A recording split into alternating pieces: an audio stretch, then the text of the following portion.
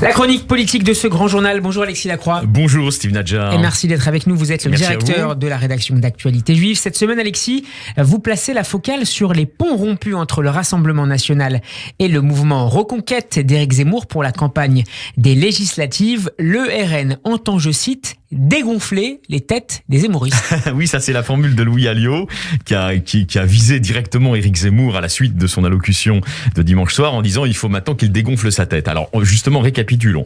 Que se passe-t-il ? Nous avons l'annonce des résultats, large, nette victoire pour La République En Marche, le président de la République, défaite non humiliante pour le Rassemblement National, mais enfin quand même défaite, 41,5, c'est une défaite. Et aussitôt, Éric Zemmour à la télévision assène ce à quoi il s'attendait. D'ailleurs, il le disait à tout son entourage depuis longtemps. C'est la 8e fois que la défaite frappe le nom de Le Pen. Je peux vous dire que cette phrase a suscité un vif émoi, pour employer une litote, au sein des cadres du Rassemblement National. Et le lendemain, alors, on va dire, il n'est peut-être pas à une contradiction près, Éric Zemmour, dans sa fougue, par ailleurs sans doute assez sincère, il exhorte le Rassemblement National à répondre à sa demande très insistante d'alliance en vue donc des législatives que nous commentons désormais quotidiennement, cher Steve, à votre micro. Alors, le moins qu'on puisse dire, c'est qu'il s'est pris la porte dans la figure, jusqu'à aujourd'hui tout au moins.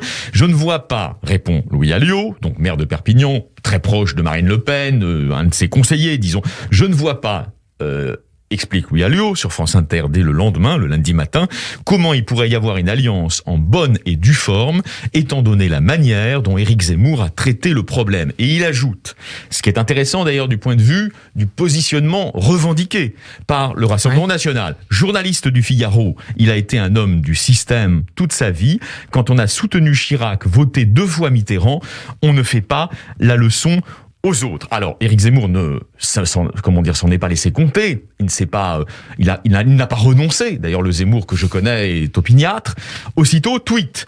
Vous avez, Marine Le Pen, l'occasion de mettre fin au cordon sanitaire qui stérilise les chances du camp national. Faisons-le ensemble. Le moins qu'on puisse dire, c'est que là non plus, ça n'a pas convaincu. Un autre conseiller de Marine Le Pen, Philippe Ollivier, qui est d'ailleurs son beau-frère, en remet une couche aussitôt, en réponse au tweet d'Éric Zemmour. Qui est Éric Zemmour ? Demande Ollivier. Celui qui, hier, insulte gravement le nom de Marine, ou celui qui, aujourd'hui, fait un tweet mielleux. Alors, ils ont, depuis, si vous voulez, 48 heures, ils rament un peu dans la semoule, c'est très compliqué pour eux. Alexis, qu'est-ce qui les sépare idéologiquement ? Qu'est-ce qui pourrait faire peut-être céder Marine Le Pen ? Vous m'autorisez encore une petite incise avant de vous répondre sur cette question de fond qui est évidemment la plus importante. Donc, ils envoient à tour de rôle tous les cadres du parti, les vice-présidents, les vice-présidentes, Marion Maréchal, etc., porte close. Toujours porte close du côté de la citadelle de Marine Le Pen et de Jordan Bardella. Stanislas Rigaud y est allé aussi de son intervention télévisée. C'est le jeune zémourien de choc, entre guillemets, qui insiste de manière amicale sur les valeurs communes, immigration, sécurité, etc. Valeurs communes aux patriotes, nous dit Rigaud. Ça n'a pas convaincu davantage. Et le député RN, Sébastien Chenu, qui est un rallié de la droite, qui avait quitté le navire de LR pour rejoindre le Rassemblement National il y a quelques années, explique aussitôt sur LCI que dans l'hypothèse où le patron de Reconquête, Éric Zemmour, briguerait un mandat législatif, une circo autrement dit, il lui opposerait aussitôt un candidat du Rassemblement National. Donc évidemment, comme à l'accoutumée, vous posez les vraies questions de fond. Il y a vraisemblablement, au-delà des antagonismes personnels, on sait que l'un comme l'autre, Marine Le Pen et Éric Zemmour, ne se sont pas ménagés au cours de cette campagne à rebondissement, et j'allais dire mélodramatique. Mais il y a des clivages en fait assez profonds sur la représentation de la France. Pour le dire très rapidement, quelle est l'ambition d'aujourd'hui du Rassemblement National ? Je ne sais pas si c'est une ambition d'ailleurs complètement tenable, enfin je veux dire complètement réaliste. Mais en tout cas, c'est leur ambition. C'est de terminer son processus de dédiabolisation. Exactement, Steve. Et en devenant le principal pôle populaire d'opposition à la future politique qui se met en place à partir du moment où Emmanuel Macron choisira son premier ou sa première ministre. Donc d'être ce pôle populaire. En réalité, ils veulent être un pôle populaire, ni droite ni gauche. Alors vous allez me dire, c'est une constante de l'extrême droite dans l'histoire de la France. L'idéologie française de Bernard-Henri Lévy le montrait déjà à son époque.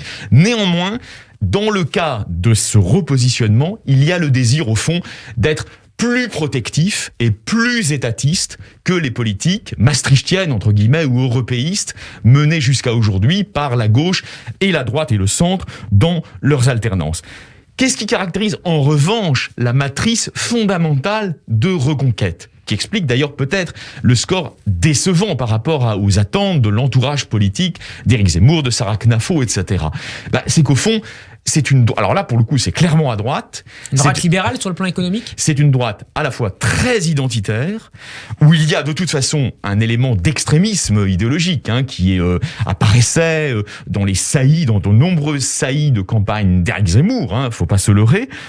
Et par ailleurs, la base, le substrat sociologique n'est pas la diversité du peuple français, des campagnes, des banlieues, etc. Non, c'est le cœur d'une certaine bourgeoisie d'argent conservatrice qui adhère au fond au néolibéralisme. Et je vais vous dire comment ça se prouve. Pour conclure, Alexis. Comment ça se prouve ? C'est pas un procès d'intention que je fais là. Comment ça se prouve ? Les reports, au fond, assez nombreux d'électeurs zémouriens, y compris d'ailleurs en Israël, les reports sur Macron.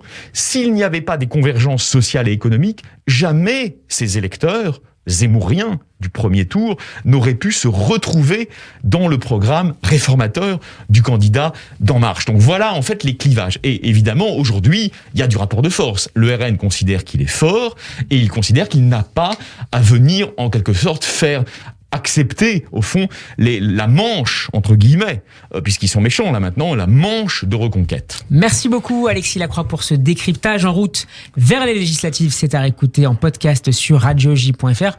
Je vous dis à demain Alexis pour nous présenter pour le journal. La nouvelle une d'Actualité Juive. On sera également en compagnie de Mickaël Darmon. Bon après-midi Alexis. Merci beaucoup.